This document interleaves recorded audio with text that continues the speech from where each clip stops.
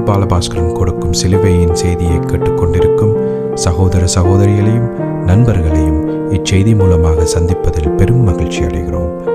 தாம் ஒருவரே ஞானமுள்ளவருமாயிருக்கிற தேவனுக்கு இயேசு கிறிஸ்துவின் மூலமாக என்றென்றைக்கும் மகிமையும் கனமும் உண்டாவதாக. ஆமீன்.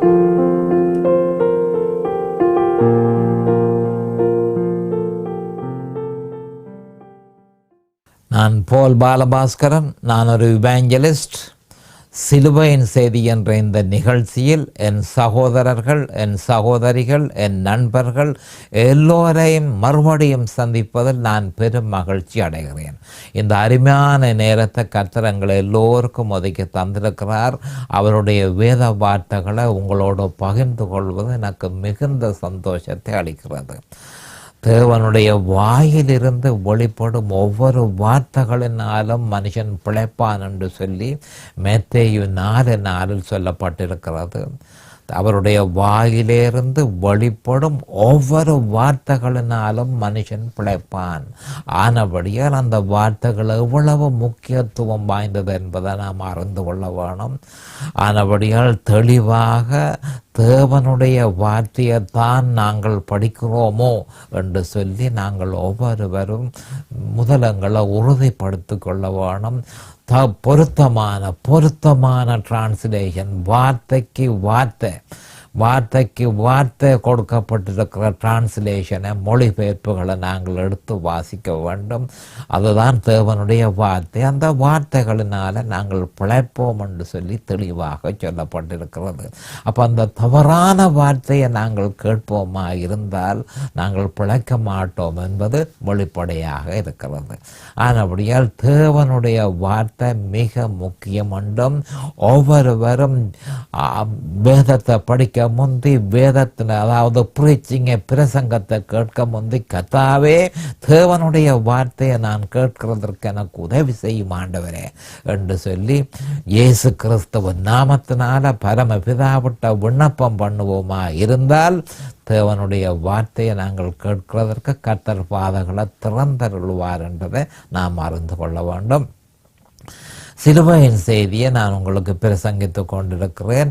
அதாவது முக்கியமான நோக்கம், சிலுவையின் செய்தியினுடைய நோக்கம் ஜெயம் கொண்ட கிறிஸ்தவ வாழ்க்கைக்கு தேவனால் நியமிக்கப்பட்ட வழியை பிரசங்கிப்பதே சிலுவையின் செய்தியினுடைய முக்கியமான நோக்கம்.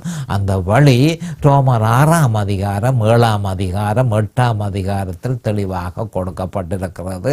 அப்போ முதல் கண், அதாவது அந்த அதிகாரங்களை பிரசங்கிக்கிறது முதல் சிலுவையை பற்றி ஒரு அறிவு முதல் ஏற்பட வேண்டும்.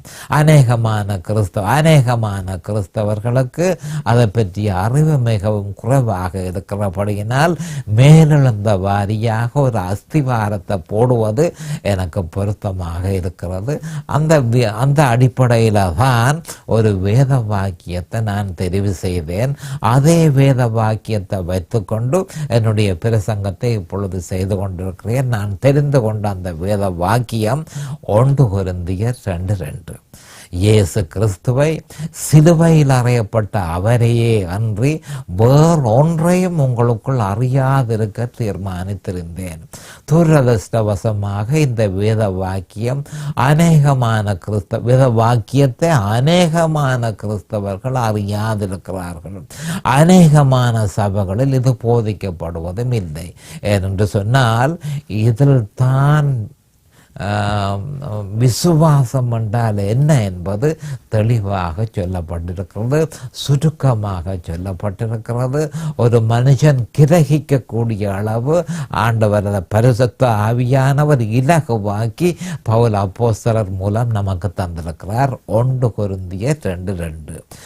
இயேசு கிறிஸ்துவை சிலுவையில் அறையப்பட்ட அவரையே அன்றி வேறொன்றையும் உங்களுக்குள் அறியாதிருக்க தீர்மானித்திருந்தேன். அப்ப இயேசு கிறிஸ்துவை நீங்கள் அறிய வேணும்.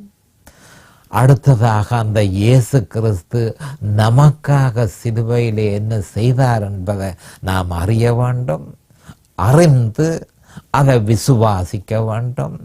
அந்த விசுவாசத்தில் கடைசி வரை நிலைத்திருக்க வேண்டும் என்பதை நாம் அறிந்து கொள்ள வேணும். அந்த விசுவாசத்தில் நிலைத்திராவிட்டால் அநேகமான கிறிஸ்தவர்கள் அந்த விசுவாசத்தில் நிலைத்திருப்பதில்லை. ஆரம்பத்தில் அவர்கள் ரட்சிக்கப்பட்டிருக்கிறார்கள், ஆனால் சொற்ப காலத்திற்கு பிறகு பல்வேறு விதமான எதிர்ப்புகளை அவர்கள் சந்திக்க வேண்டி இருப்பதனால் தாங்கள் ஏற்றுக்கொண்ட விசுவாசத்தில் அவர்கள் நிலைத்திருப்பதில்லை. இதனைத்தான் இங்கு தெளிவாக சொல்லப்பட்டு கிடக்கு. நீங்கள் தொடர்ச்சியாக இயேசு கிறிஸ்துவை அறிய வேணும், தொடர்ச்சியாக அவர் சிலுவையில் செய்து முடித்ததை அறிய வேணும், அதை விசுவாசிக்க வேணும், அந்த விசுவாசத்தில் நிலைத்திருக்க வேணும். அதை தவிர வேறு ஒன்றையும் நீங்கள் அறியக்கூடாது என்று தெளிவாக சொல்லப்பட்டிருக்கிறது. நாங்கள் இதை பற்றி பார்ப்போம். இப்பொழுது ஜெபத்திற்கு கடந்து செல்லுவோம். அரிமானங்கள் பிதாவே உமக்கு ஸ்தோத்திரம், பரலோகத்தின் தேவனே உமக்கு ஸ்தோத்திரம். பாவிகளாயிருந்த எங்கள் மீது தேவரீர் இரக்கம் கொண்டு உம்முடைய குமாரன் என்றும் பாராமல் அவரை எங்களுக்காக இந்த பூவுலகத்திற்கு அனுப்பி அவரை பலியாக சிலுவையில் ஒப்பு கொடுத்து அவருடைய வெளியேறப்பெற்ற இரத்தத்தினால் நீர் எங்களை மீட்டுக் கொண்டீர். அதற்காக உமக்கண்டைக்கும் சோஸ்திரம். அவருடைய குற்றமற்ற இரத்தத்திற்காக சோஸ்திரம், அவருடைய வெளியேறப்பெற்ற இரத்தத்திற்காய் சோஸ்திரம், அவருடைய மாசற்ற இரத்தத்திற்காய் சோஸ்திரம், நன்மையானவைகளை பேசும் அந்த இரத்தத்திற்காய் சோஸ்திரம். அந்த இரத்தத்தினால எங்களுடைய பாவங்கள் எல்லாவற்றையும் கழுவினீர். அந்த இரத்தத்தினால எங்களுடைய பாவத்தின் கடன்கள் எல்லாவற்றையும் கொடுத்து தீர்த்தீர். அந்த இரத்தத்தினால அந்த பாவத்திலிருந்து எங்களுக்கு விடுதலை தந்தீர். அந்த இரத்தத்தினால எங்களுடைய பாவங்கள் எல்லாவற்றையும் மன்னித்தீர். அந்த இரத்தத்தினால பரம பிதாவோடு எங்களை ஒப்புரவாக்கினீர்.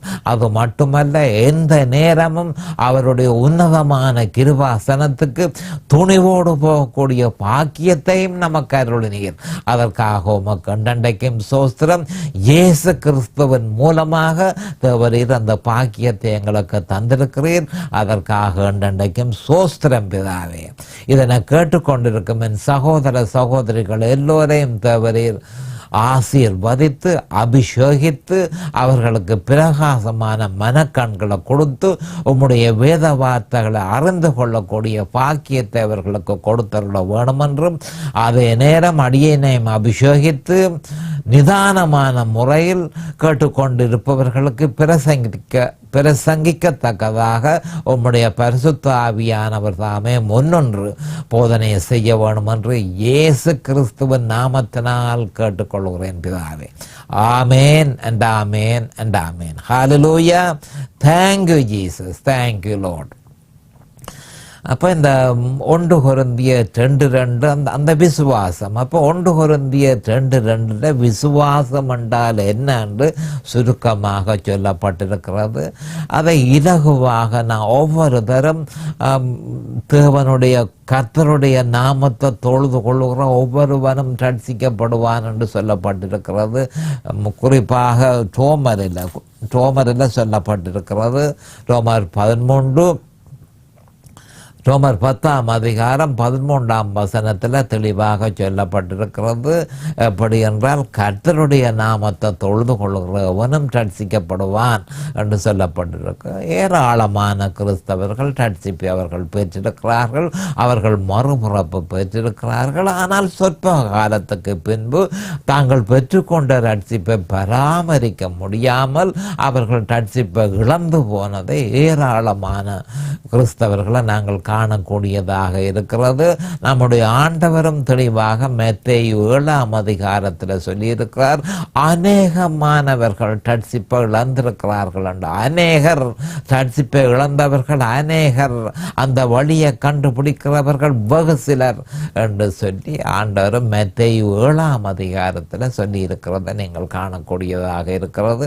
நாங்கள் எல்லோரும் இலகுவாக அதனை புரிந்து கொள்ளலாம். அப்போ நான் சொல்லுகிறது என்ன மாதிரி என்று சொன்னால் அவ்வளவு இலகுவான விஷயம் அல்ல. 4/3 போதை கிறிஸ்தவர்கள் விசுவாசத்தை இழந்து போவார்கள் என்பதை ஆண்டவரே தெளிவாக முதலில் தான் சொன்ன உபமானத்தில் தெளிவாக நமக்கு சொல்லியிருக்கிறார்.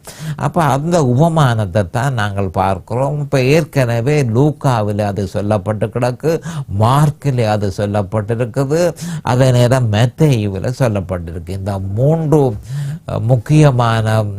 முக்கியமான காஸ்பலில் சுவிசேஷத்தில் அதை பற்றி முதலாக சொல்லப்பட்டிருக்கிறது. என்ன சொல்லப்பட்டிருக்கிறது?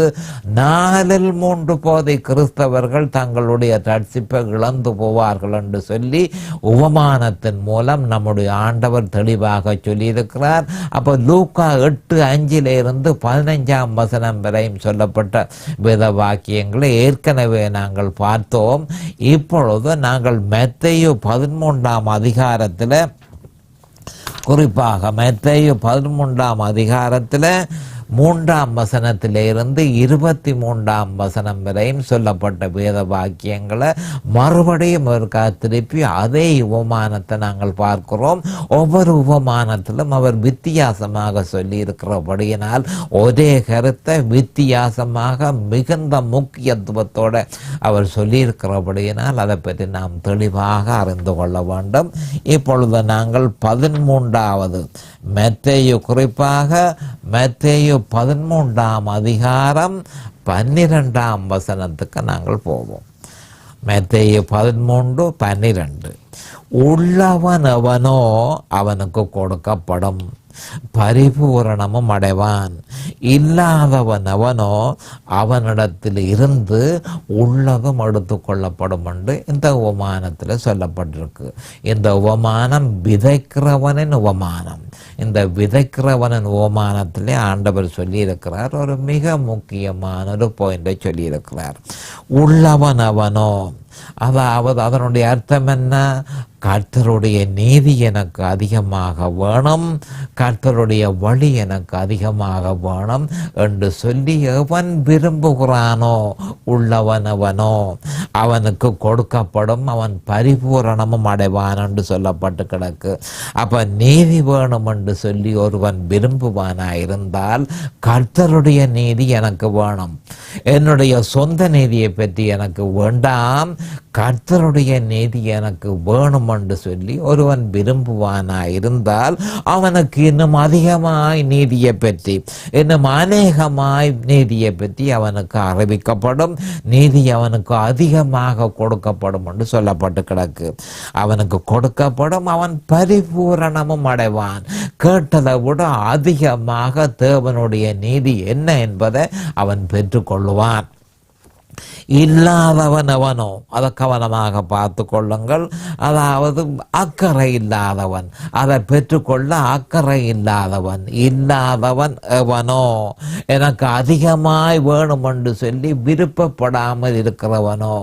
அப்போ தேவனுடைய நீதி எனக்கு அதிகமாய் வேணும், எனக்கு இன்னும் அதிகமாய் வேணும், தேவனே எனக்கு இன்னும் அதிகமாய் உம்முடைய நீதியை நான் அறிய வேணும், நீர் சிலுவையில் செய்து முடித்ததை நான் இன்னும் அதிகமாய் அறிய வேணும் என்று சொல்லி நம்முடைய விருப்பத்தை தேவனுக்கு காண்பிப்போமானால் அதிகமான நீதி நமக்கு தரப்படும் என்று சொல்லி இங்கு வாக்குத்தத்தமாக சொல்லப்பட்டிருக்கிறது.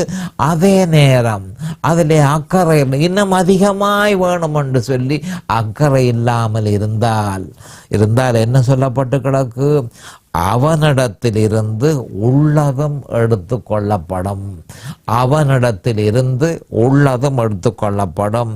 அப்போ அதனுடைய அர்த்தம் என்ன மாதிரி என்று சொன்னால், முந்தி பிந்தி அவன் ஏதாவது அறிந்திருந்தால், முந்தி அவன் சில விஷயங்களை அவன் அறிந்திருந்தால் அதுகளை அவன் பெற்றுக்கொள்ள முடியும். ஆனால் முந்தி பிந்தி ஏதாவது அறிந்திருந்தால் அதுவும் அவனிடத்திலிருந்து எடுத்து கொள்ளப்படும். இல்லாதவன் அவனோ, அதிகமாக எனக்கு வேணுமென்று விருப்பத்தை காண்பியாமல் இருக்கிறவன் அவனோ, அவனிடத்தில் இருந்து உள்ளதும் எடுத்து கொள்ளப்படும். முந்தி பிந்தி அவன் ஏதாவது நீதியை பற்றி அறிந்திருந்தான் என்று சொன்னால் அதுகளும் துடைத்து வலித்து அதுகளும் அவனிடத்தில் இல்லாமல் பண்ணப்படும். கொள்ளப்படும், அவனிடத்திலிருந்து உள்ளதும் எடுத்து கொள்ளப்படும், அவனை விட்டு அகற்றப்படும் என்று சொல்லி சொல்லப்பட்டிருக்கிறது. அப்போ சுருக்கமாக சொல்ல போனால், எவன் சிலுவையை விரும்புகிறானோ, எவன் கிறிஸ்துவின் சிலுவையை பற்றி அறிய விருப்பமாய் இருக்கிறானோ அவனுக்கு அதிகமாய் கொடுக்கப்படும் என்பது இங்கு தெளிவாக இருக்கிறது. அவன் சிலுவையை நிராகரிக்கிறானோ அவனிடத்தில் முந்தி ஏதாவது இருந்திருந்தால் அவன் பெற்றுக்கொள்ளக்கூடிய வசதி இருக்கு, அதை அவன் பெற்றுக்கொள்ளாமல் இருக்கிறான். அது மட்டுமல்ல, முந்தி இதை பற்றி ஏதாவது அவன் அறிந்திருந்தால் அதுவும் முற்றும் முழுதுமாக எடுத்து கொள்ளப்படும், அவனை விட்டு விலக்கப்படும் என்று சொல்லப்பட்டு கிடக்கு. அப்ப இந்த மத்தேயு 13:12 தேவனுடைய நீதியை நாம் விரும்ப வேணும், இடவிடாமல் விரும்ப வேணும், இன்னும் அதிகமாக விரும்ப வேணும். கர்த்தாவே சிலுவையிலே அவர் எனக்காக செய்து முடித்த நீதியை நான் இன்னும் அதிகமாய் பெற விரும்புகிறேன் என்று சொல்லி நம்முடைய விருப்பத்தை அவருக்கு வெளிக்காட்டும் பொழுது அதிகமாய் அந்த நீதியை பற்றி நாம் அறிகிறதற்கு சகல பாதைகளும் துறக்கப்படும். அப்படி இல்லை என்று சொன்னால், அதிகமாக எனக்கு வேணும் என்று சொல்லி ஒருவன் விருப்பப்படாவிட்டால் அவனிடத்தில் அவன் பெறக்கூடிய வாய்ப்பும் அவனுக்கு இல்லாமல் போகிறது. முந்தி பிந்தி ஏதாவது அவன் பெற்றிருந்தானா இருந்தால் அதுவும் அவனிடத்திலிருந்து மூற்றாக அகற்றப்படும் என்று சொல்லப்பட்டிருக்கிறது. ஆனபடியால் சிலுவையை பற்றி எவன் சிலுவையின் செய்தியில விருப்பப்படுகிறானோ அவனுக்கு அதிகமாய் சிலுவையின் செய்தியை பற்றி அவனுக்கு விளங்கப்படுத்தப்படும், அதிகமாய் அவனுக்கு கொடுக்கப்படும்.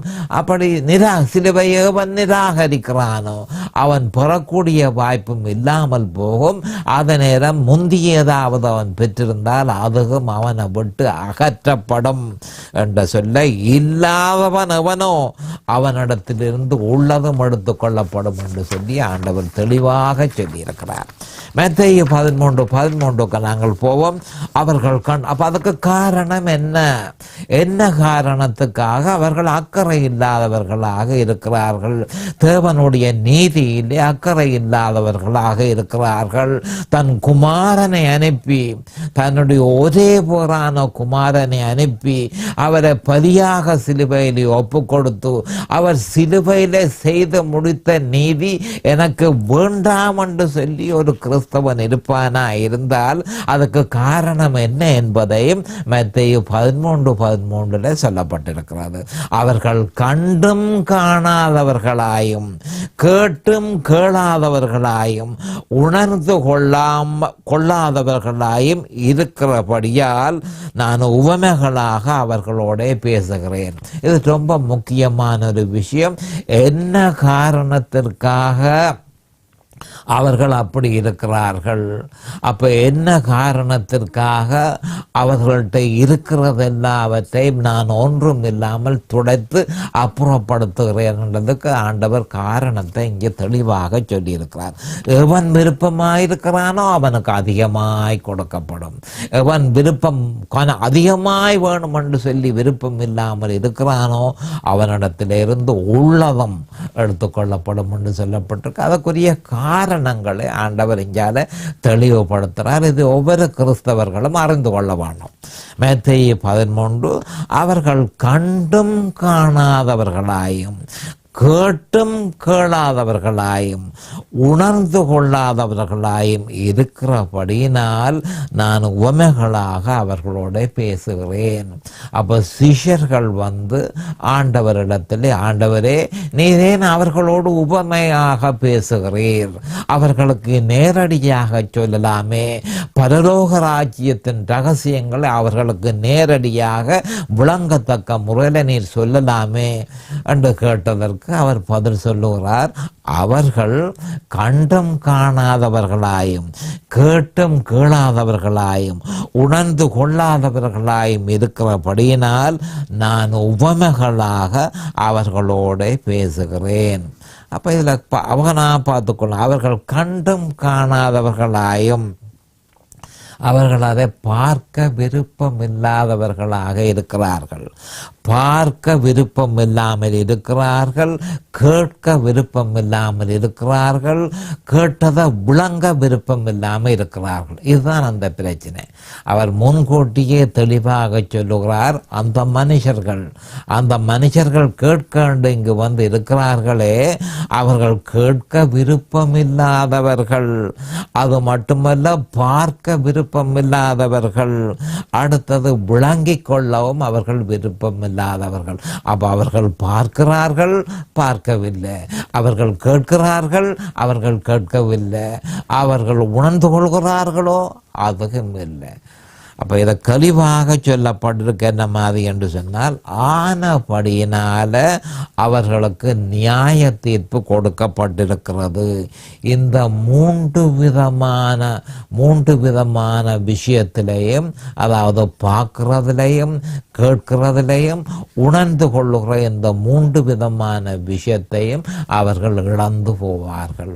ஒரு மனுஷனுக்கு தேவையான மிக முக்கியமான விஷயம் இந்த மூன்று: பார்க்கிறது, கேட்கிறது, உணர்ந்து கொள்கிறது.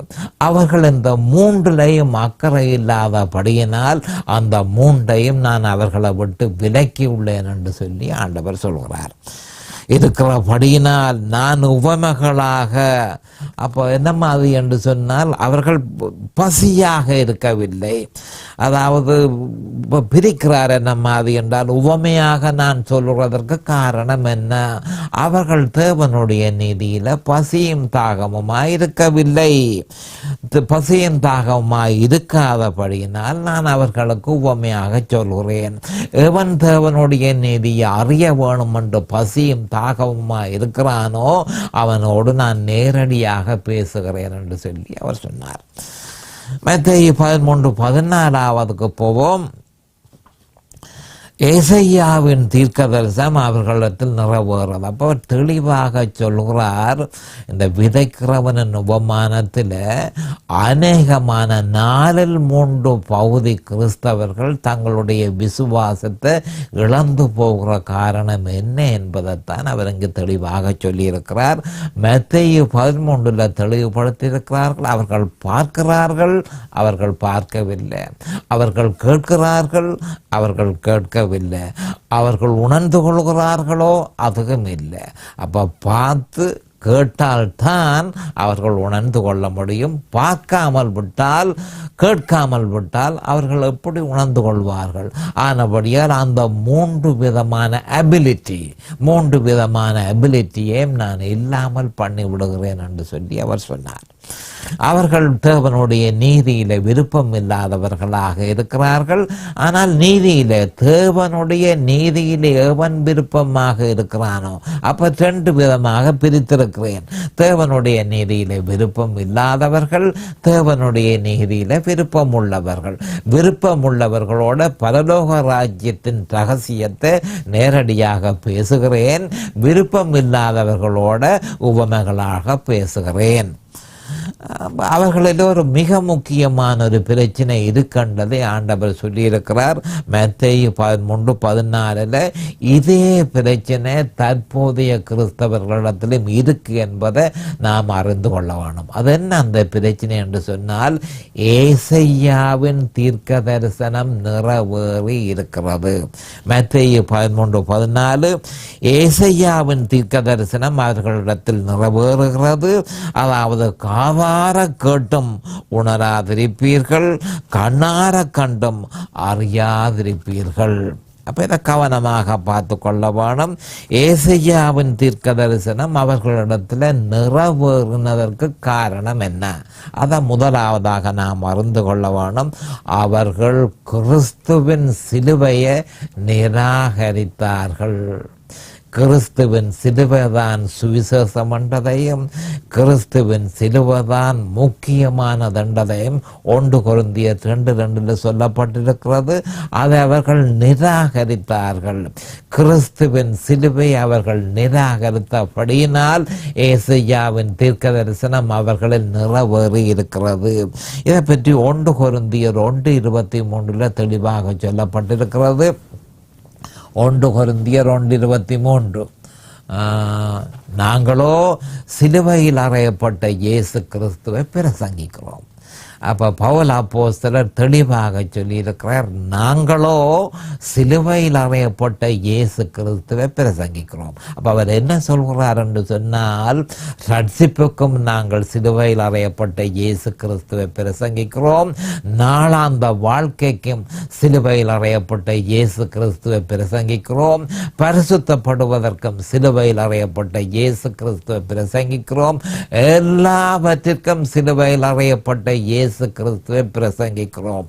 நாங்களோ, அதாவது பவுல் அப்போஸ்தலர் தன்னை குறிப்பிட்டு தன்னோடு சம்பந்தப்பட்ட மற்ற ஊழியக்காரர்களையும் சேர்த்து நாங்களோ சிலுவையில் அறையப்பட்ட இயேசு கிறிஸ்துவை பிரசங்கிக்கிறோம் என்று சொல்லி இருக்கிறார். அப்ப என்ன சொல்லுகிறார், சிலுவையில் அறையப்பட்ட இயேசு கிறிஸ்து தான் சுவிசேஷம், அதுதான் சுவிசேஷமே தவிர வேறு ஒன்றும் சுவிசேஷம் இல்லை.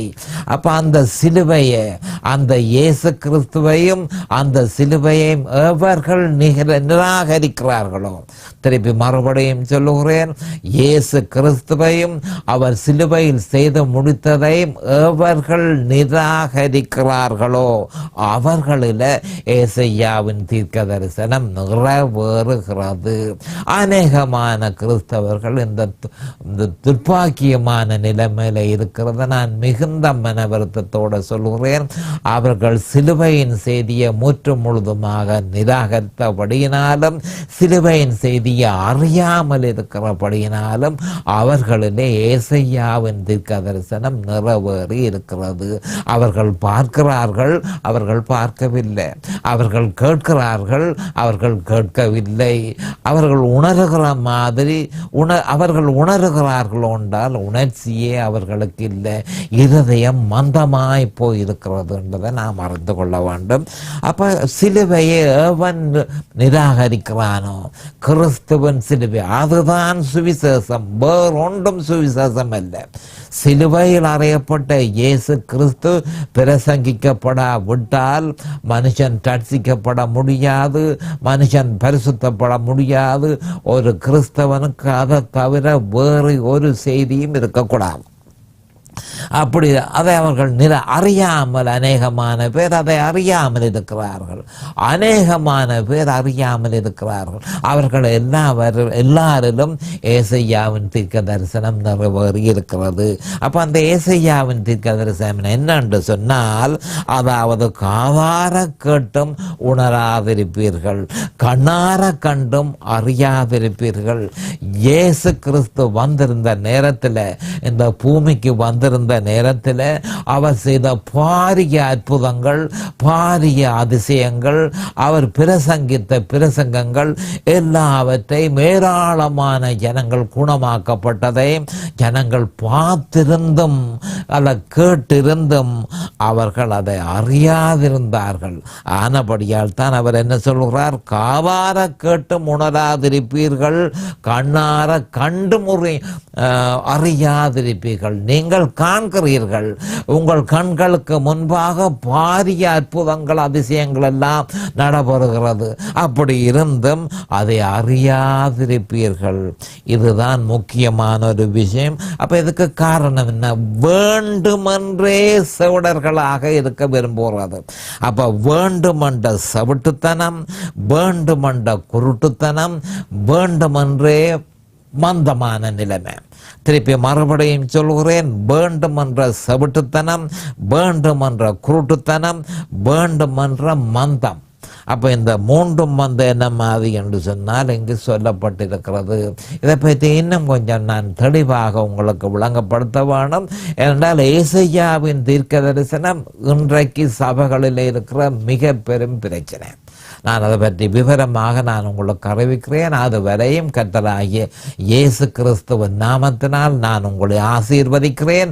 அவருடைய கிருபையும் அவருடைய இரக்கமும் உங்களுக்கு தாராளமாக கிடைப்பதாக இயேசுவின் நாமத்தில் பரிசுத்த பிதாவே. ஆமேன் அண்ட் ஆமேன் அண்ட் ஆமேன். இந்த சிலுவையின் செய்தியை கேட்பவர்கள் அதன் ஆவிக்குரிய பலனை பூரணமாக அடைய வேண்டும் என்பதே நம்முடைய பிரார்த்தனையாகும். தொலைபேசி மூலம் தொடர்பு கொள்ள விரும்புவோர் 647-465 1224 மூலமும், இமெயில் மூலம் தொடர்பு கொள்ள விரும்புவோர் paulbalabhaskaran@gmail.com மூலமும் தொடர்பு கொள்ளலாம்.